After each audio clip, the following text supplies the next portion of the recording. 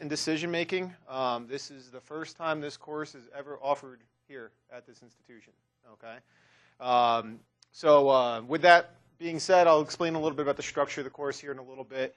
But just to put it on the radar, you may have overheard me talking with Ashley and Stephen mentioning this. This course is, if you've had a course with me before, throw that idea out the window. Okay. This course is going to be structured a bit differently in how we're going to do the exams, what's going to be expected, things of that sort. And I'll go over that with you today. The whole point of today's discussion is to get you comfortable with the structure of the course, get you to know what we're going to be covering this quarter, how you're going to be assessed, what are going to be the requirements here. And we're not really going to jump into any content today. Okay, we're just going to go over kind of the administrative, not bureaucratic, but the administrative aspects of the course. And kind of make sure we're on the same page with that. And then next class, we'll start jumping more into the content. Part of the reason for that is you need to read before we can really discuss content. And I'm assuming most of you probably bought the book, but I doubt many of you have done more than look at it, right? So I want you to read a couple chapters before next class, and then we'll start discussing content beginning next class. Okay? So before we begin, I'm going to hand out a couple things to you. This is just a short one-page version of the syllabus that just has kind of just basic important information on it.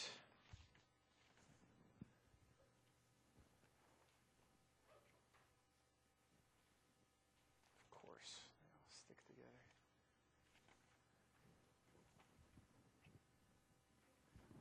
Did you get one?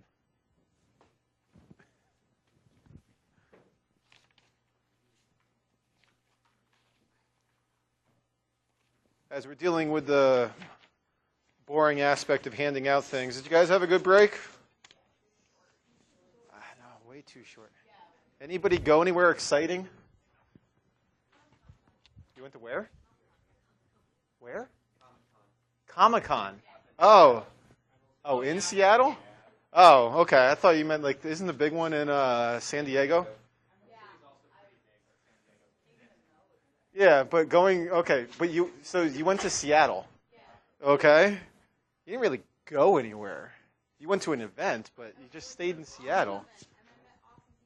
Well, that's nice, I guess. I was looking more for people like to get out of the area and go someplace fun and tropical. Vegas, see, that's more like it, okay? And I'm sure you were completely well-behaved and did absolutely nothing there. Did not lose any money, did not drink anything you shouldn't be drinking. It's exactly what I do with Vegas. I take the kids to Vegas because it's the great family. Screw Disneyland, right? It's supposed to, it's kid central, right? Okay. That's a fun one. Cancun, see? This is what you're supposed to be doing when you're in college. Get out of this dreary area and go to, again, I'm sure you didn't do anything illegal by Cancun standards. Yeah, but here possibly, right? Nothing else? I've mentioned this to you before, but you guys have to go live your lives because I have to live through you. Okay? I'm boring, I'm old, I'm married, I have kids. Right? I'm not able to go anywhere fun or interesting. It's horrible. That's what I'm saying. Enjoy your life now. It only gets worse from here. Okay? Right? In cognitive, we talk about it, right? Okay. Let me ask you a question here on this. How many of you have taken cognitive psychology? Put your hands up high. It's not a prereq for this course. I'm just curious. Okay. So, and it looks like most of you suffered through it with me. Wow. Horrible. Okay. All right. I was just curious on that because this, obviously, decision-making is an aspect of cognitive psychology. So I was just curious who had the background on that. I'm going to hand out one more thing for you as well just to get it out. Don't worry about reading through this just yet. We'll talk about this in more detail here in a little bit.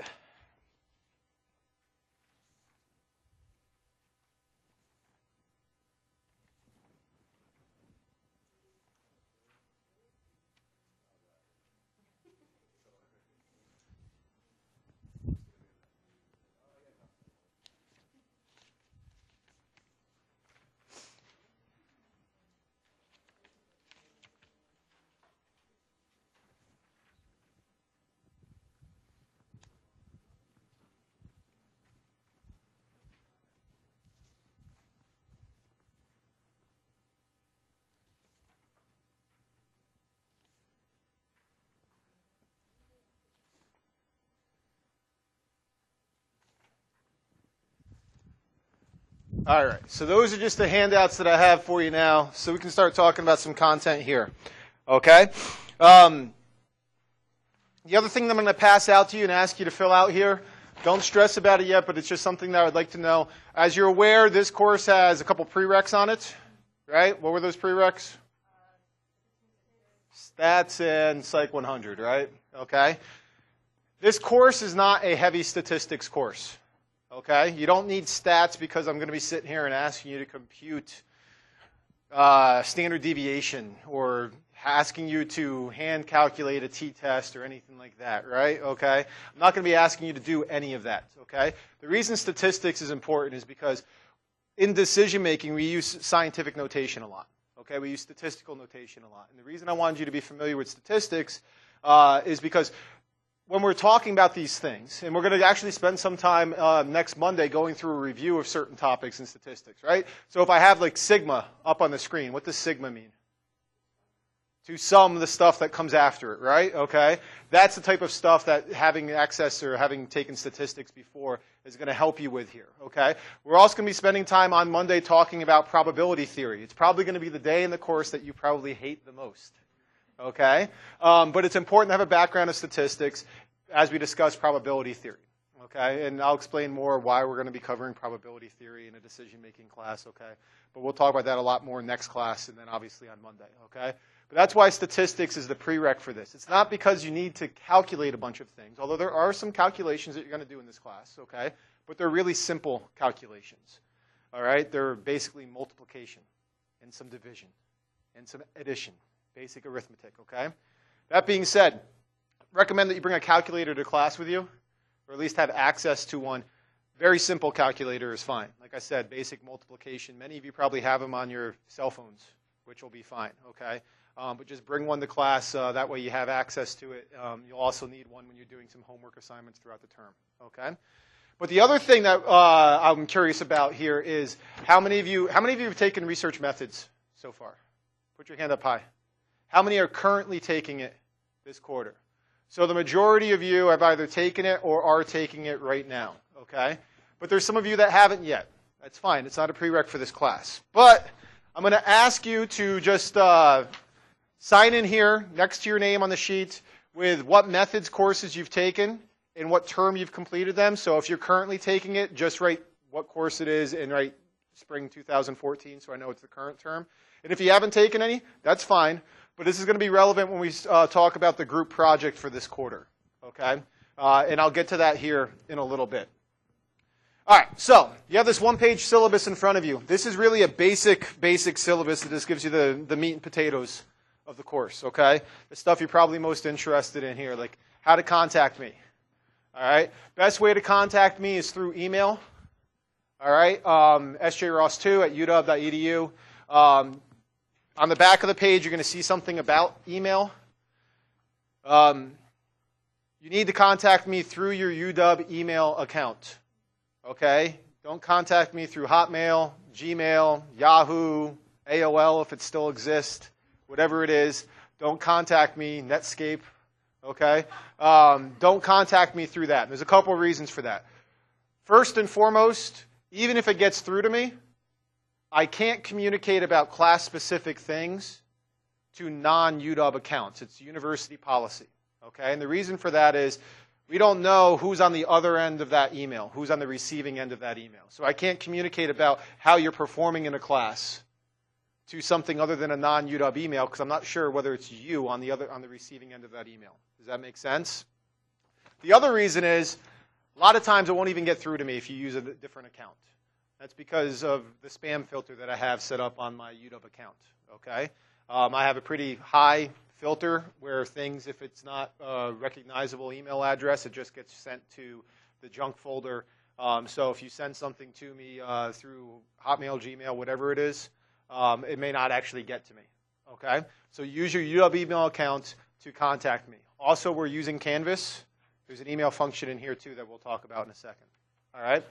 But email is the best way to contact me. Office hours, class days between 11:30 and 1. Okay. My office is in the MDS building. Anybody know where that is? Obviously, a couple of you do. Yeah. No. No, it's a new building. You know where? Trying to think of. Yeah, I was trying to think of what are some of the. Yeah, I was trying to think of yeah, but Indochine's below Cherry Parks. Trying to think of like Bleach, the clothing store Bleach, where the Cutters Point coffee shop used to be.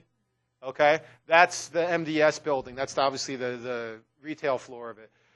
My office and lab is located on the first floor, where you access it from the main campus. Okay, right next door to Cherry Parks. So if you know where Cherry Parks is, it's right. If you're facing Cherry Parks from this direction, it'll be right to the right of Cherry Parks. Okay, that's the MDS building, of which they're doing a lot of construction now. Wonderful, because we're collecting a lot of data in there this quarter, and they decided this is a good quarter to start renovating the whole building. Anyway, I love people. Okay. All right, let me see what else. Textbook, okay? This is the book that we're going to be using in this course. All right, I put an announcement on Canvas. There's an older edition of this book. There's a first edition. Don't use the first edition. There's substantial structural changes between the first and second edition. There's not a lot of content changes per se. There is some updating of content, but they kind of restructured the book. And so if I tell you to read chapters 3 and 4 in this, it might not be the same content as in the first edition. Okay? It's not that expensive of a book. All right, you can tell it's pretty flimsy. How much is it selling for in the bookstore? $75. You can get it a lot cheaper online. Yeah, you can rent it for like 16 or so. Okay, yeah. But this is the book that we'll be using in the class. Look for it online. 75 is I think I saw it for like 52 online for a new version of it. So yeah, you may be able to get a used one for pretty cheap as well. Yeah, so it's not that expensive, comparably speaking to other ones. There's another book in the bookstore that I have available to you. It's not required. But it's this book by Kahneman called Thinking Fast and Slow. All right? I know there's a substantial size difference between these two books, but the reality is this is a much easier read than this book is. Okay? This is written for a general, popular audience. Okay? And we're going to be talking a ton about Kahneman and Tversky and heuristics and all that stuff throughout the term. And this is a book in which Kahneman kind of summarizes his history of doing research in this field from the 60s onward. Actually, Kahneman won the Nobel Prize for economics. We're going to find here a lot of what we talk about here is based in the business world, okay? Because decision making has a lot of application to business environments, okay? But he and his former colleague, Amos Tversky, who has recently passed away, are kind of godfathers of the decision-making field, okay? Really easy read. Anybody ever read the book Blink by Malcolm Gladwell? No? One person? So there's only 2 cool people in this room right now? But if you read Blink, this is kind of the same level of coverage. So if you read Blink and it's kind of like an easy to grasp, this book is also fairly easy to grasp as well. Okay? I may reference some of it, and if I do, I'll pull an excerpt out and share it with you. You don't have to buy it, but if you're interested in it, it's a good read to have. Okay, let's see what else we're going to go through. Grading-wise, I'll just give this for you so you can keep track throughout the term of what your grade is and how that's going to relate to your actual submitted GPA. Okay, I'll show you in Canvas here how you can keep track of that. Computers, who's planning on using machines in the classroom? Some of the time? All right, I'm completely fine with you using machines in the classroom. I know some faculty don't like you to use them. I'm fine with that. The only thing I ask of you is that you sit in the last row of seats, not at the front. And that's just because whatever's on your screen, I'm sure it's always class related, okay? But whatever's on your screen, even if it is class related, will distract the other people around you, right? From cognitive, what do we call that? If new things enter your visual field, what do you tend to do? They capture your attention, right? Remember automatic attentional capture? Does that ring a bell? Cognitive? Yeah, exactly, right? Something flies past your window, and what do you do when you're driving down the road? You You automatically look at it and not paying attention to the road in front of you, right? You're like the dog and the squirrel, right? Okay, right? So with that being said, please sit in the back of the room. Tentative class schedule. All right, this is important here. So for the next couple days, we have the readings clearly defined. Okay, so for Wednesday, you're going to need to read chapters 1 and 2. Don't stress. Chapter 1 is a very easy read. Okay, so read chapters 1 and 2 for Wednesday, and then for next Monday, you're going to read Appendix A in the book, talking about probability theory. Like I said, you'll come to class Monday and you will hate me. All right? Many of you will probably want to drop the class after you start reading Appendix A. All right? Don't. I want you to read it because there's certain basic principles you need to understand about probability theory because they're going to relate to how we make decisions. All right? And this will be clarified a little bit next class when we start talking about rationality and uncertainty and how we basic principles of decision making. Okay? Then the rest of it, it says, see Canvas calendar. All right? That's because this course is going to be a little bit fluid. All right? We're going to talk about specific topics. We're going to spend as much time as we need to cover specific topics. I do not want to put in set, rigid in stone, chapter 5 on X day. All right? Because we may not cover chapter 5 on X day. We may spend 2-3 days covering chapter 3 because there's concepts in there that I really want you to learn and we might be struggling with a little bit. Right? Or we might move really far ahead of things and we might get things done, cover more material in a shorter period of time. Okay? So it's going to be very fluid. The exam dates will stay pretty consistent and we'll just have an exam on whatever material we cover up to that date. Okay? So that's how that's going to work there. Let me see. Any general questions about this? I always hate this first day. This is always boring, tedious. I'd much rather get the content, but... All right. Yes? So I know that everything's kind of all over the place, but it looks like it will be reading, and it's not like you're not going to have like exams or anything like that we'll have to do homework for like the other classes or the quizzes.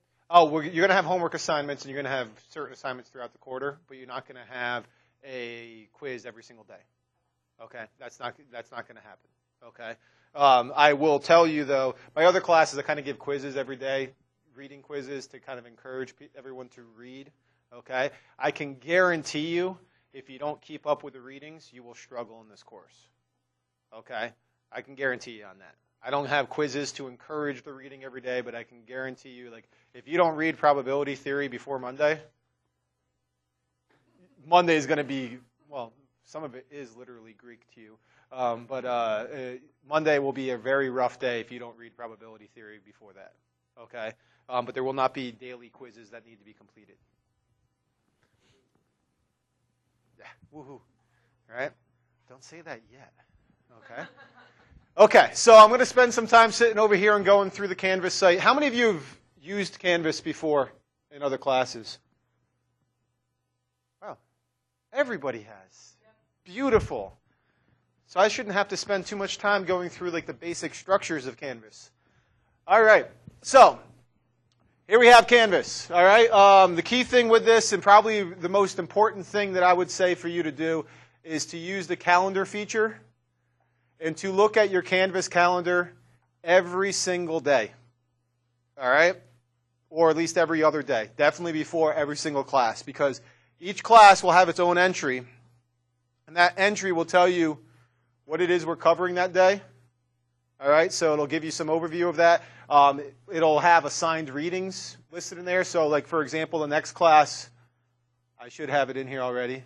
Nope, okay, I guess I didn't put the entry in yet for the next class. I'll do it right after class here, where in this entry you'll say, okay, we're going to be covering this content. Make sure you read this chapter. Okay? So in this, every single day you're going to want to check on this to see what are the requirements for the following class. Okay? In here also you'll see dates are already listed for your assignments. Okay? At least those that are scheduled. So for example, you do have a homework assignment for Wednesday. That's why I said don't say woohoo so fast. Okay? In which you're going to need to complete this survey. Okay? So you'll just follow the link. You can also get this through the assignments tab. I'll show you in a second, and just take the survey. It's a very kind of quick survey. It should only take you maybe 20 minutes to complete. It's not that difficult and not that long to do. I want you to complete this before you even begin doing any of the readings. Okay? This is basically just assessing some of your knowledge of decision making before you learn anything formally about decision making. Yes?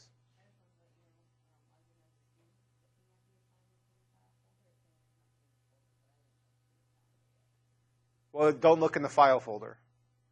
Okay? Look in the assignments tab. Right? And then, because I'm in the student view right now, and I'll show you in a second on that. Okay? But back to the calendar here, you'll see, for example, in April, you'll see, okay, you have a part 1 or assignment number 1 of your group assignment is due on the 14th. Your exam is on the 21st, so you can keep tabs of the entire quarter and when certain things are going to be due. Okay? Moving to this here, syllabus-wise. If you want a large PDF copy of the syllabus, you can click on this link. And you can download, I only have a short kind of one-page syllabus there. Here, this is a much longer syllabus that gives you an idea of what are the learning objectives in the course, how you're going to be evaluated. Give you an overview of this real quick, okay? You're going to have 3 exams. Exams are going to count for about 50%, not about, for 50% of your final course grade, okay? The 3rd exam will take place during the final exam period, but it is not a cumulative exam. It'll only cover the material that we covered since the 2nd exam onward, okay? Those of you that have taken exams with me before, these exams are structured completely different than those exams, okay? And I'll explain more about the structure as we get closer to those exams. But it's not going to be as long. These exams are shorter exams, okay? But they may involve some problem solving, some like calculating decision trees and making decisions, things along those lines, okay? But there'll be shorter exams there, okay? But read over that. You need to let me know if you're going to miss an exam before the exam is to take place, okay? I will let you do a makeup exam if you have a passing grade at the time of the exam, and you let me know before that you're going to miss the exam with an exception of an emergency, right? Okay. And you need to have documentation for the reason that you're missing the exam. Okay. So if you sit there and say, "Oh, I was sick," you better come with some sort of note or something indicating that you were ill and not just hungover. Okay. Homework assignments. You're going to have these about 3 to 5 throughout the quarter. The first one will be due on Wednesday. Okay. The other ones I haven't assigned a date yet, so you'll see that they're listed in Canvas, but they're not assigned as far as a due date yet. Okay. These really are just kind of to give you an opportunity to practice using certain skills and to also just kind of test yourself before an exam on certain phenomena. Okay. And then lastly, this is the big thing here, and I want to spend some time going over this. This is a difference from what I've done in other classes. But you're going to have a group project this quarter. Now, in other courses I've taken or I've taught that you may have taken with me, many of them you had a group presentation. This is that presentation on steroids. Okay? All right? And I'm going to go over that with you here on that second sheet that you have now. Okay? So let's spend some time going over the quarter-long group project with you. All right? The reason for this is that we're going to be spending a lot of our time this quarter talking about kind of some basic principles of decision-making. And we'll talk about them in applied context, right? We'll use like applied examples to understand basic principles of decision-making. We'll talk about different models of decision-making. We'll talk about the difference between a descriptive model and a normative model. Okay, and anybody know the difference between a descriptive model? Yeah, in anything. What's a descriptive theory? Isn't that when you just look at something and watch it and record what you're seeing without any outside influence whatsoever? Possibly, yeah, you're on the right track there. So it's a theory, a descriptive theory is a theory that all it tries to do is what? Yeah, so if we had a descriptive theory of decision-making, it would be... Exactly, right? Okay, so descriptive theory is a model that focuses on how do people make decisions. Whereas normative theories, They don't focus on how people make decisions. They focus on what? A little bit of why, but not necessarily the why. What's a norm?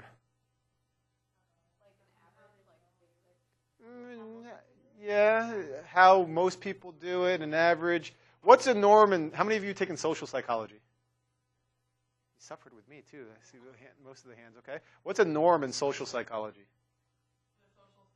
The social standard, right? So which side of the sidewalk do we walk on? The right side, right? Is that the norm? Okay. Not in El Paso, Texas, right? Okay, yeah. Bastards. All right? I got to anybody last night after the Final Four, or not the Final Four, the Elite Eight game was over. They had like a special sports thing. We're gonna be talking a lot about sports this quarter, so if you don't like it, oh well, okay. Because decision making applies a lot in sports, okay. They had, I guess the Huskies are playing against the Miners, and are they in the NIT or something like that, right? And so they're going to El Paso to play against the Miners, and one of the local sportscasters like dogged El Paso. Right? I got defensive. I wanted to email him and say not very nice things to him, right? And I realized, wow, okay, I guess I am a little bit of a. For those that don't know, I went to grad school in El Paso. But the norm, anyway, back to the topic, okay? A norm is we walk on the right side of the sidewalk, right? And what happens if we don't walk on the right side of the sidewalk? You run into each other. And what do you think of people that are walking on the left side of the sidewalk and keep bumping into you? What do you think of them? They're jerks because they're not doing what? They're not following the norm. They're not doing what they should do, right? So normative theories of decision making are theories of how people should make decisions, okay? So we're going to be talking about descriptive models, normative models, and we're going to be talking about things in which we can enhance or maximize our decision making, all right? How can we make better decisions, okay? We're going to talk about those in basic models here. But the important thing here is to really look at what I want you to take from this course is not just what these models are, but what implications they have for the real world. What implications do they have for daily life? Okay, and I give you some examples here, right? We're going to talk about the anchoring and adjustment heuristic. We can use this to understand how do judges determine sentences, or how do juries determine damage awards in civil trials. So there's a direct application of that to understand something, right? So you sit there and you say, how the hell could the jury sit there and award that woman $15 million for spilling coffee on her lap? Anchor and adjustment heuristic can actually explain some of that. Okay? We can look at expected utility models. They've been used to actually determine public policy. One of the more famous examples of this is the use of an expected utility model to determine in Denver what type of bullet should the police department use. Because they had to decide between using a hollow point bullet or not. You guys know what a hollow point bullet is? Shaking your head. What's a hollow point?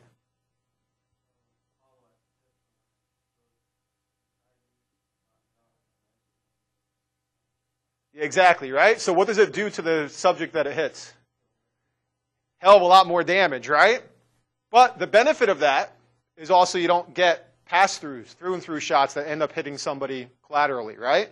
Plus, because it does a lot more damage, it has a lot more stopping power, right? Which the whole point of a police officer shooting somebody is to stop that person, right? But the downside of it is because it does a lot more damage, we're now running the risk of killing somebody that only needed to be stopped, right? Well, then that question is, well, then what should we do? We have these things that we need to decide upon.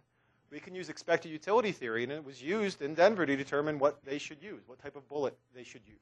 They decided on the hollow point, by the way. Okay? Right? Figure in Texas, of course they would, right? Kill them all, let God sort them out, right? Okay? We can see hindsight bias has influenced physician diagnoses, and this will be one of the first things that we talk about, and you'll actually read about some of this early in the quarter, okay? So we can see examples of this here. So what I want you to do is you're going to be in a group of 4 students, okay? And those numbers might vary just a little bit because we might have an odd number of students, so there might be a group with 3 and a group with, but basically about 4 students are going to be in a group, okay? And what you're going to be doing is identifying an applied area and then doing research on decision making in that area. Okay? Then at the end of the term, you're going to be giving a presentation to the entire class, and basically you're the instructor for that topic. And you guys will be explaining to us what this topic is, what does the research show about decision making in this area, okay? But it's pretty wide open as far as how you'll do that. And there's more specific information I'll show you here within each assignment of what's required and what's the expectation, okay? So here you can get an idea. There's a lot of potential topics that you could choose from, all right? A lot. You can see it's over a page of this. And there's even more. These are just examples, right?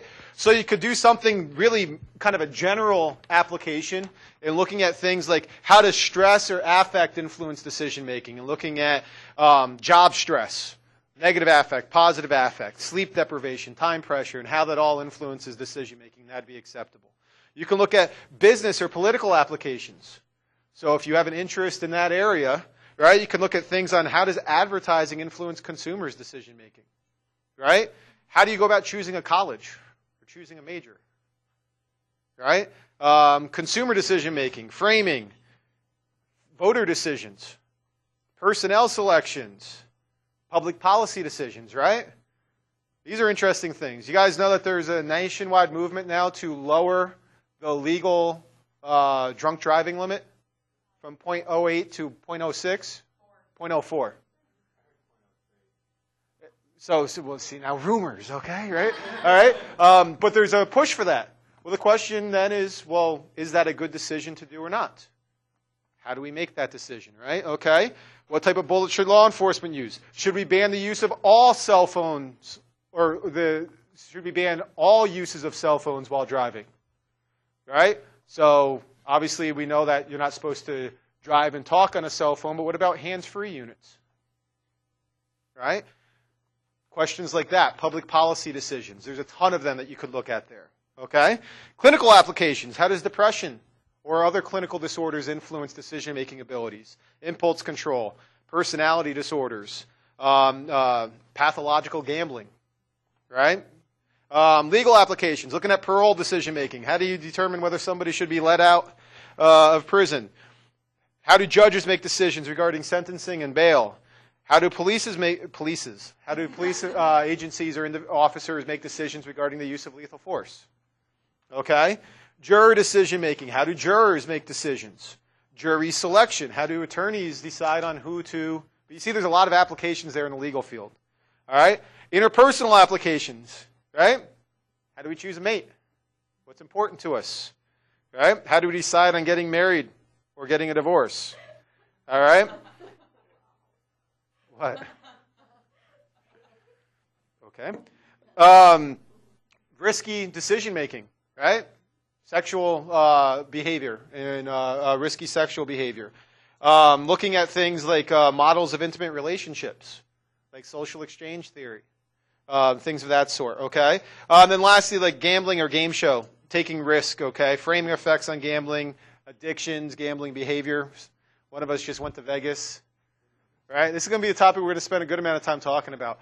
Why the hell does anybody gamble? When it's obvious going into it, it's set up that you're going to lose. Right? What's that? But for a lot of people, right? But it's not normal people. Vegas isn't just for those that are addicted. Right? Maybe you're addicted to other things, but not gambling necessarily. Okay?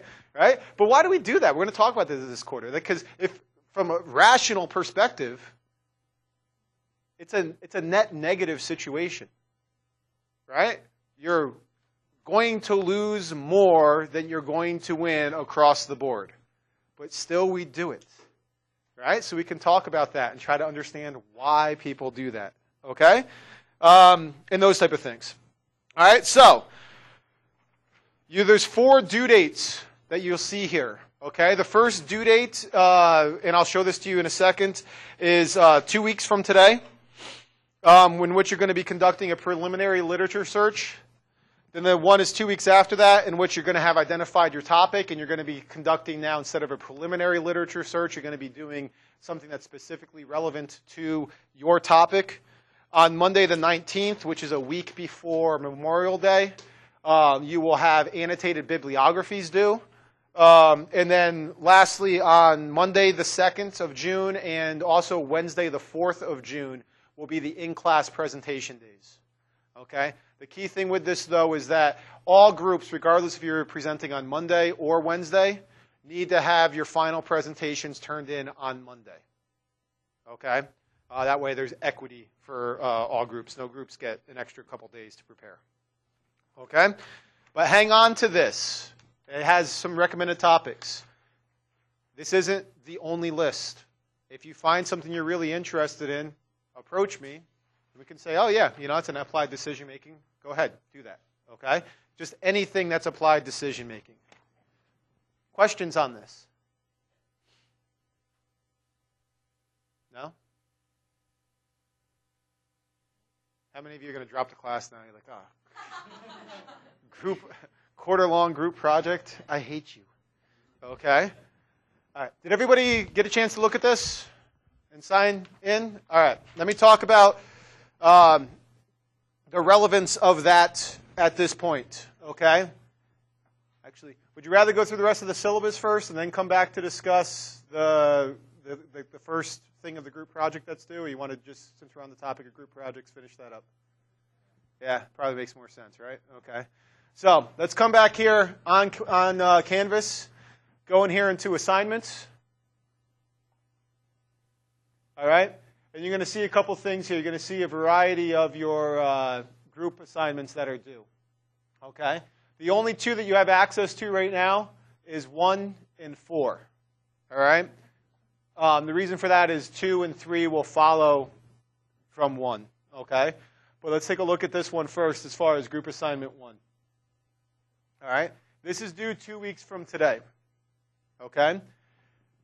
In this assignment, what I recommend that you do, notice what's in bold here, is to download the Word version of this survey or this quiz and complete it in the Word document first, and then come to Canvas and enter the responses into the quiz in Canvas. Does that make sense? Okay? Because you only get one shot to enter the responses in Canvas, and if for some reason your computer times out or whatever it is, it'll freeze up on you. You won't be able to enter. Okay? So, in this first assignment here, basically what you're going to be doing here, you can work on this as a group, or in this first assignment, you could complete this as an individual. Doesn't matter. Okay? Everybody needs to enter or complete their own quiz in Canvas, right? But I don't care if you print this off and you work as a group to try to get the correct answers here on this, okay? But this is why I ask about methods. Basically, how I'm going to go with this is I want to ensure that each group has at least one person in that group that has already taken research methods, okay? The reason for that is because you're going to need, for this group project, to do a review of the literature in a specific area. In methods, you're trained in how to do this, right? You guys had to write your own paper in methods where you had to go and review the literature in a certain area, and you became intimately familiar with PsycInfo, right? Okay?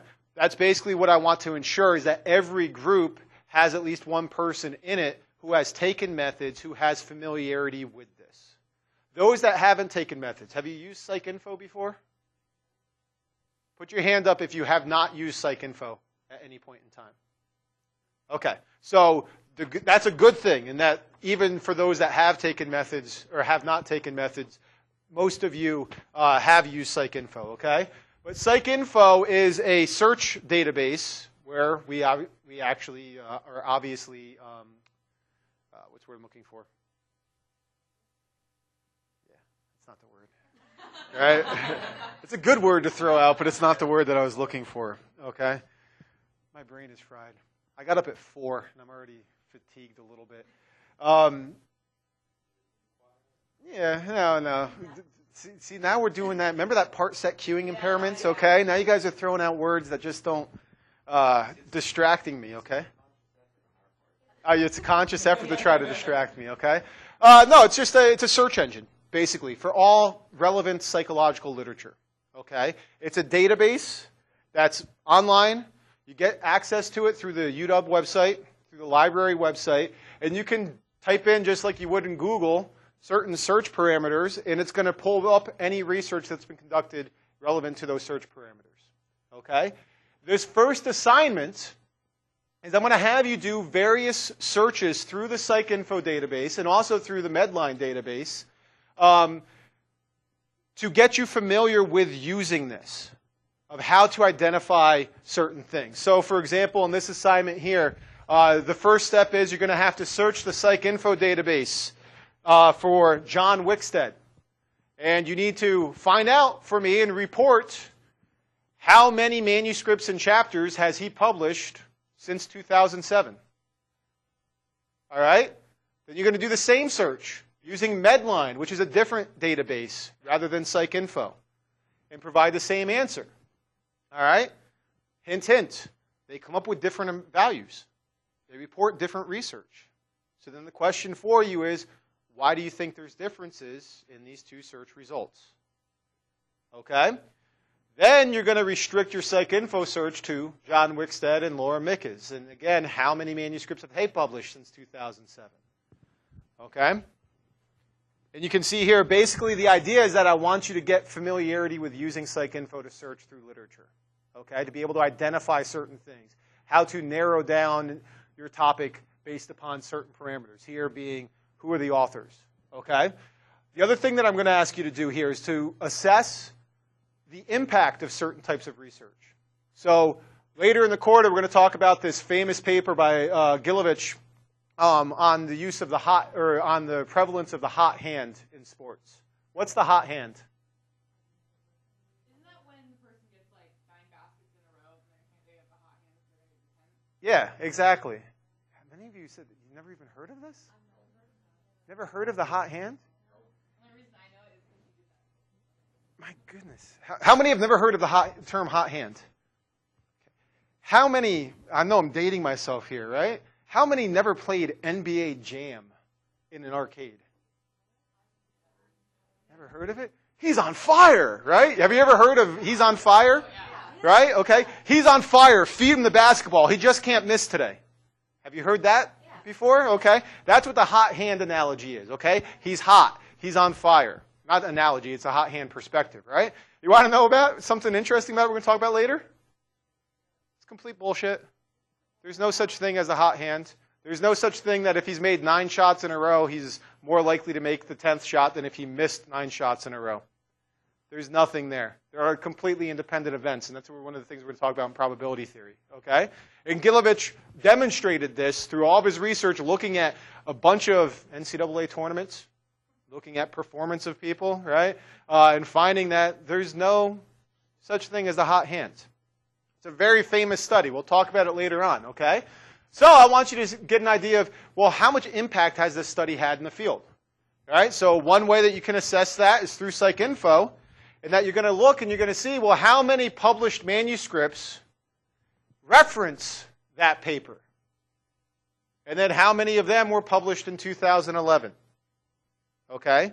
You can get an idea that this whole part of this first assignment is to get you familiar with how to use PsycInfo, how to identify certain pieces of information.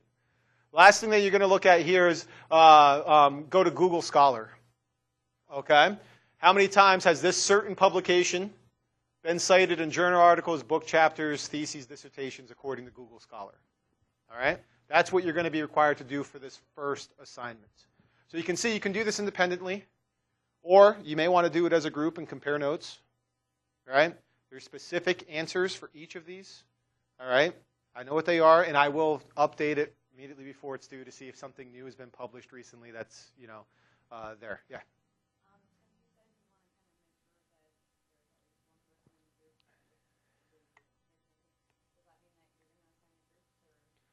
I have final approval of group membership. Does that make sense?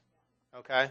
So I'm not going to sit there and just assign you to individuals, because I suspect the reason I'm not going to assign groups is because you might have different interests as far as topics go, right?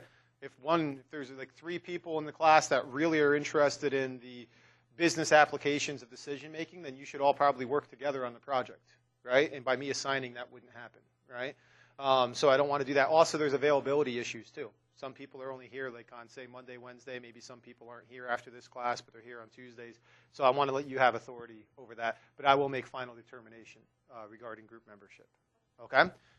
And then the last thing for this assignment is, this is why you need to start identifying your groups and what your interest is right now. Okay? Have you started thinking about ideas for your project? Okay? No is not acceptable. Okay? All right? Jot down some of the ideas. There's a spot in Canvas where you can, then like a little essay response where you can start typing in what some of your ideas are for your group project. I don't expect you to have already done research relevant to it now. The idea is, what area of interest what topic are you interested in? Has your group talked about this yet? Okay? I'll show you in a second. One of the things I would recommend that you might want to do is start using the discussion board on Canvas to sit there and say, hey, I'm interested in X. I'm interested in Y, and start to identify people who might be interested that way. Okay? Some of you already do know each other, so you can talk in person, and we'll have time in class too, like where I suspect some days our class, this is one of the things that differs from my other classes too, right? Class won't go the full time. All right? If it doesn't go the full time, then you got an extra 15 minutes at the end of class to kind of meet with people to talk about ideas that you have. Okay? So that's the first project here, or the first assignment. Are there questions on this?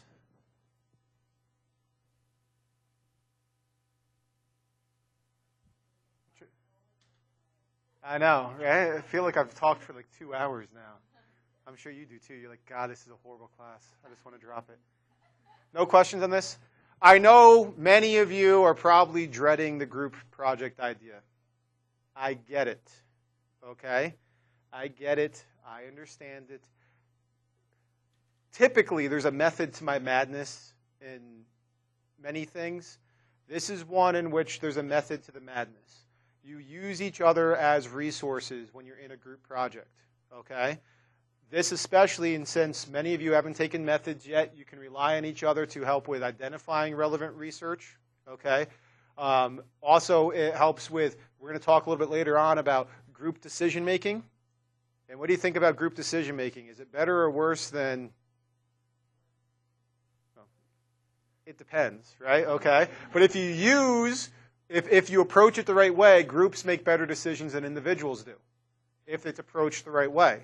So you guys are going to you'll produce a better product. Now, I understand that there's always concerns about, well, one person is slacking and not carrying his or her weight. Those who have taken class with me before know that, well, you get the opportunity at the end of the quarter to evaluate all of your group members. And everybody's grade is affected based upon that evaluation. So if one person is slacking and everybody in the group indicates that person is slacking, that person's grade will be knocked down. All right? So it's not like everybody's going to get equal grade. You can. As long as everybody puts in the equal work, you'll get equal grade. But if there's inequity in the amount of work that people are putting into it, that will come up in the peer evaluations, and grades will be adjusted accordingly. All right? Let me see here if there's anything else on that. Let me go through just the in-class presentation with you real quick as well. This here is set up very similarly to if you've done an in-class presentation in one of my other classes before. Okay. You're going to give a presentation that's about 15 to 20 minutes in length. The total time you have to present is 25 minutes, but the presentation should be 15 to 20 minutes with the remaining time being a question and answer session. Okay? The idea here, of course, is that you are the instructors on that topic, and your job is to educate the class on that topic. Okay? You have to reference research that's been conducted in the area. You have to have a minimum of 5 publications. Okay? 5 publications. Acceptable publications include peer-reviewed research and book chapters. Wikipedia is not an acceptable source. Any online site, even if it is from a respectable source, does not meet one of these 5 publication requirements. Okay? It needs to be from a peer-reviewed article, research article, or a book chapter. Okay? Now, you can cite online sources, things of that sort, but it doesn't count towards your minimum requirement of 5 publications. Does that make sense? Okay?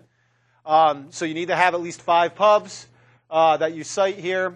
You're going to have that 15 to 20-minute presentation with the 5 to 10-minute Q&A session. Okay? And then just here's more information. You can download this as you're going through to get an idea of what you should include in your presentation. Okay? The other thing that you may find beneficial here is at the end, here is the rubric for how you will be graded on this. So as you're preparing your presentation and towards the end of the quarter, you can see, do we meet these requirements? Right? And you can see how you're going to be assessed on the presentation. Okay? But I recommend downloading this and being familiar with this early in the quarter as well. All right? Any questions for me on the group project? Yeah. Are you going to have the whole class, the whole class as we did? Nope. A little bit different this time. They're going to be teaching. They're not going to read anything beforehand. No questions? Not yet. I'm sure some will come up as we go through this. Okay. Yes? So if we're trying to figure out who else is interested in our topics, we can just post them in the discussion board. That's what I would recommend doing. That's where I was going to come to right now. Okay. So you can look at your discussion boards. Okay. And you can add a new discussion here. And just sit there. And don't put the title being looking for group members because everybody's going to be. Make the title of it something like what area you're interested in. Right, that type of thing. And so put anyone interested in advertising and decision making, right? Something like that. And then see, that way people don't have to click on every single entry to read what the interest area is. Okay? But I would put that in here in the discussion area. Okay? The other thing that may come up, if you have questions, don't be afraid to ask. Okay? But instead of emailing me the question, what I'd like, especially if it's something specific about the course, okay, I would rather see you post it in this FAQ section because odds are if you have a question about something, somebody else will as well. All right? So instead of me responding to 5 emails that ask the same question, just post it here in this thread. Just hit reply, post your question, and I'll respond to it, and then it's one-stop shopping. Right? Does that make sense? Okay? Where you can get access to the information that you need.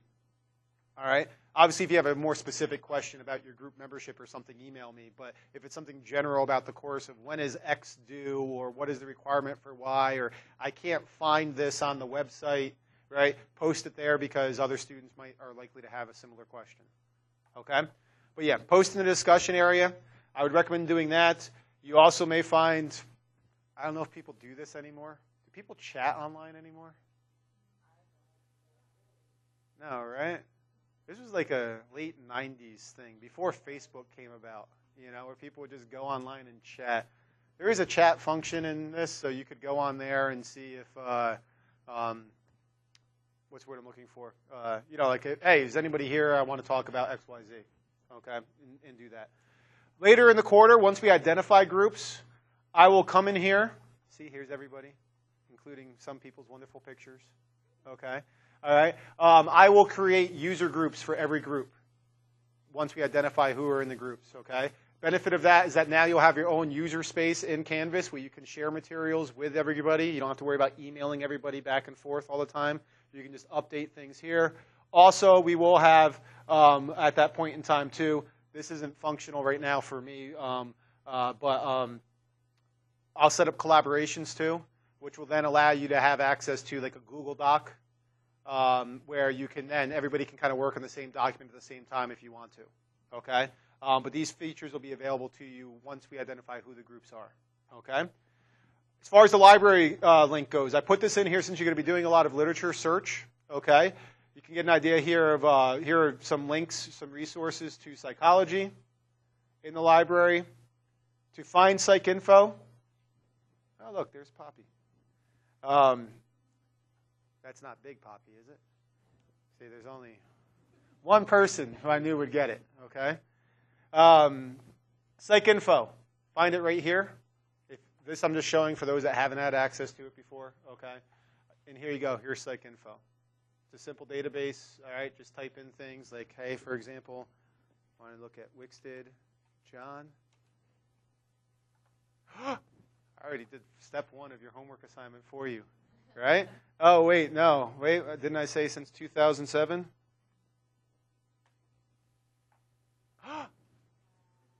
There you go. Step 1's done. Oh, I don't know. You got to double check. Remember I said peer reviewed, right? So now you have to filter by source types. See? There you go. All right. Oh, okay. All right. But we'll see on that, okay?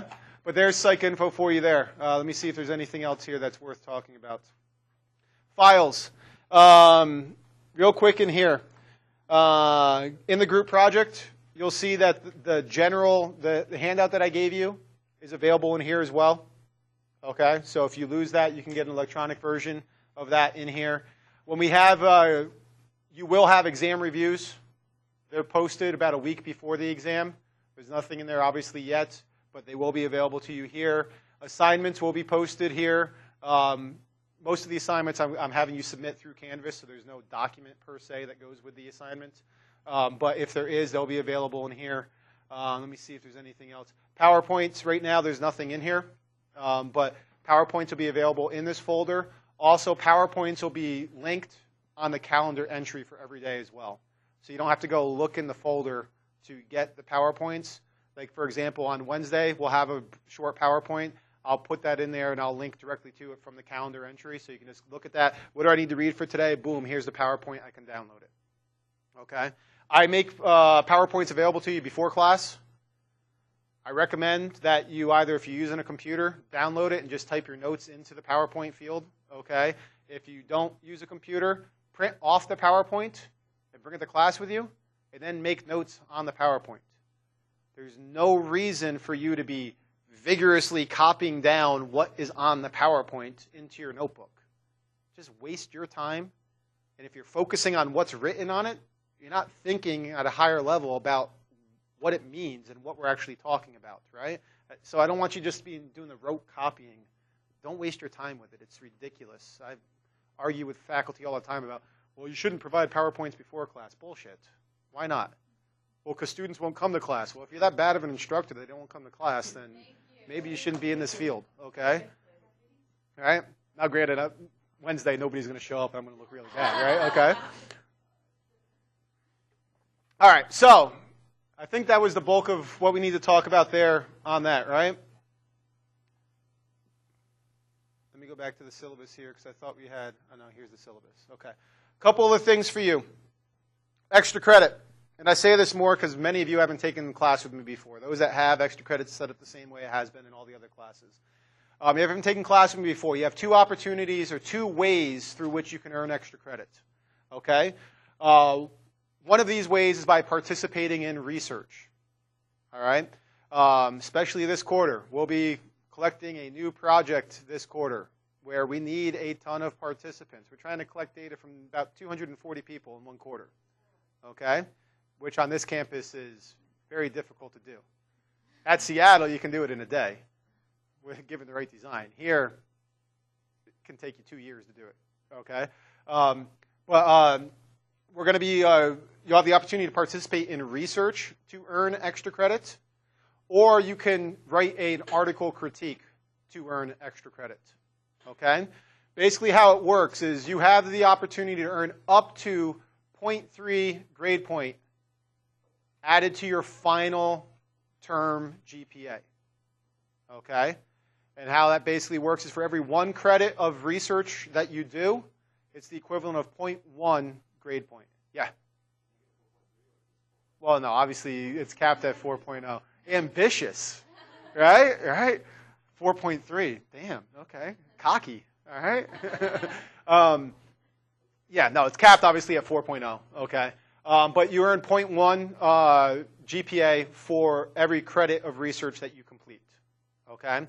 I I will send you an email a little bit later with information on how to access the research management system. Most studies will not be available until the earliest next week, some not until a week afterwards, okay? We don't run any participants during the first week of the quarter because we're letting everybody get acclimated to the new quarter, okay? But I'll send you an email with more information on how to find out what studies are available. Everything's done through an online management system, so you'll receive an email. You'll be given a username for this research management system. You'll log into there, and you'll see a list of available studies, schedules, so what days, times they're available, and you'll basically just manually sign up for a session that you want to participate in, okay? Then everything is updated automatically in that system, so you don't have to print off a confirmation code or bring anything to me. I just get a report at the end of the quarter on who participated in what studies, okay? So that's the one opportunity you have, is by participating in research. The other opportunity you have is by writing a critique paper, because I know that not everybody is available to participate in research outside of class time. So you can write a critique paper. You can find information on this in the files section in the alternative writing extra credits, in which you'll find instructions for the paper. You'll see an example paper to get an idea of what it is I'm looking for. And then you'll see these are the two articles that you get to choose from to write your critique on.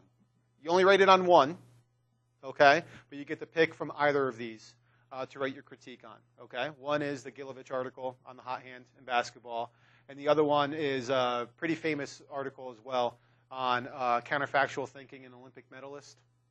Anybody familiar with this? If you took social psych, you are, right? Who's happier, the silver medalist or the bronze medalist? Rationally, we would expect the silver medalist, right? But in reality, the bronze medalists are happier. Why? Well, you got to read this research and you'll find out, okay?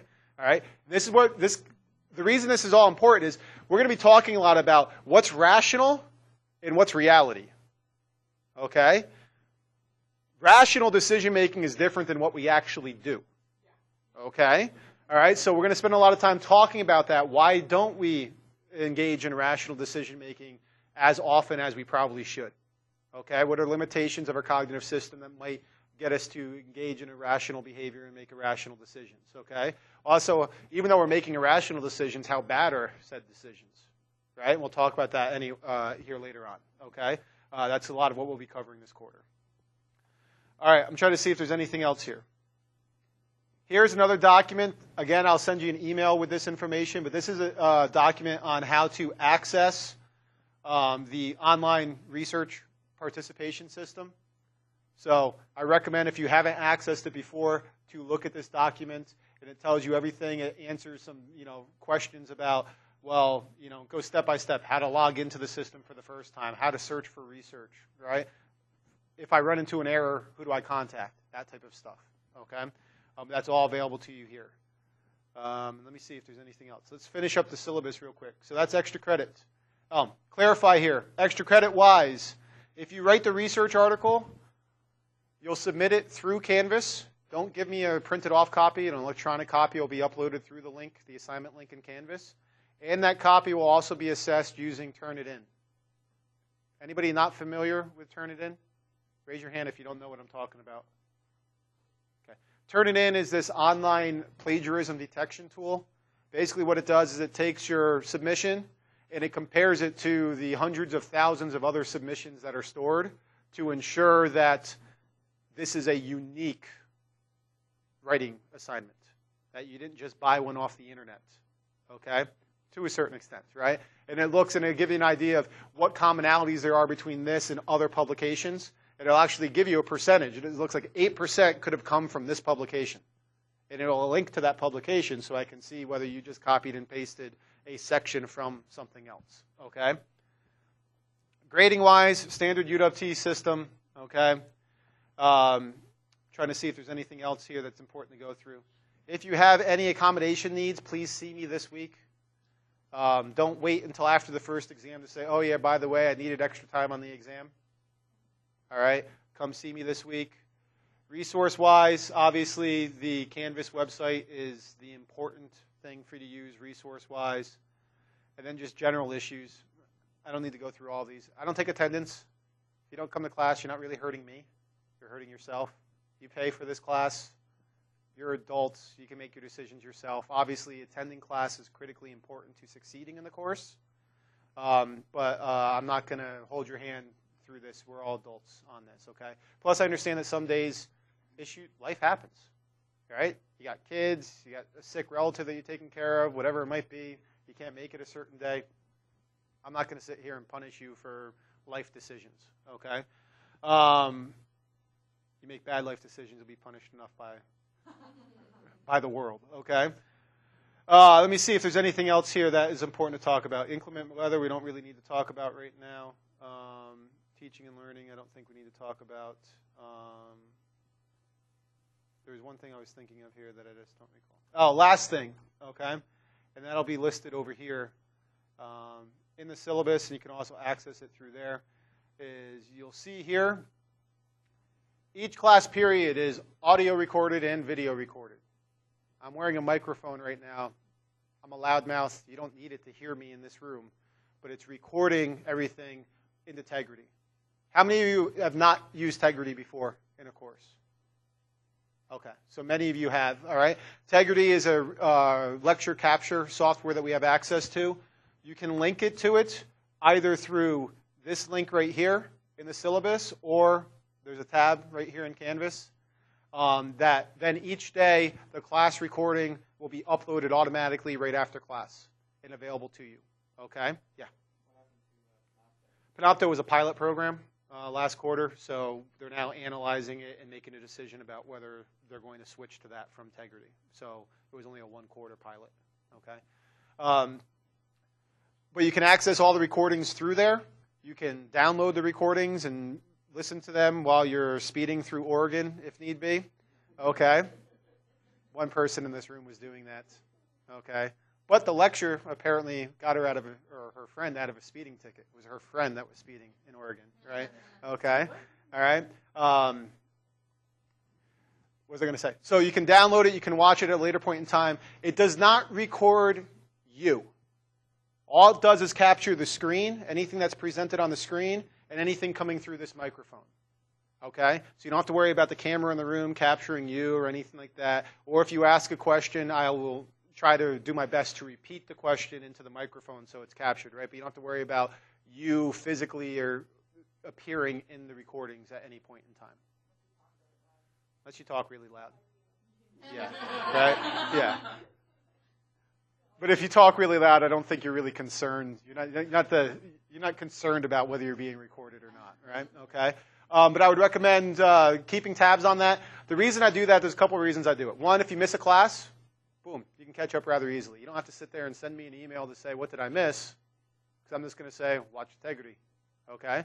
Just go and watch it. The other benefit is that you're studying for an exam, especially in this course. I think this course, the lecture capture might help a lot because we're going to be talking about concepts. We're going to be spending some time in class going through solving some problems, things of that sort, right?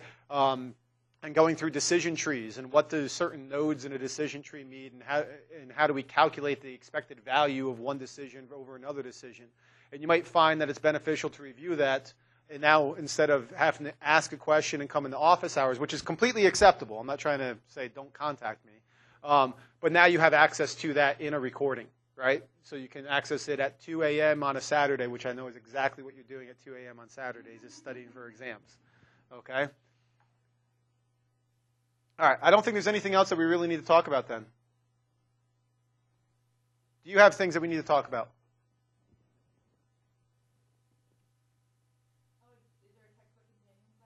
No, there's not. One of the things you'll notice here is this really isn't even a textbook, okay?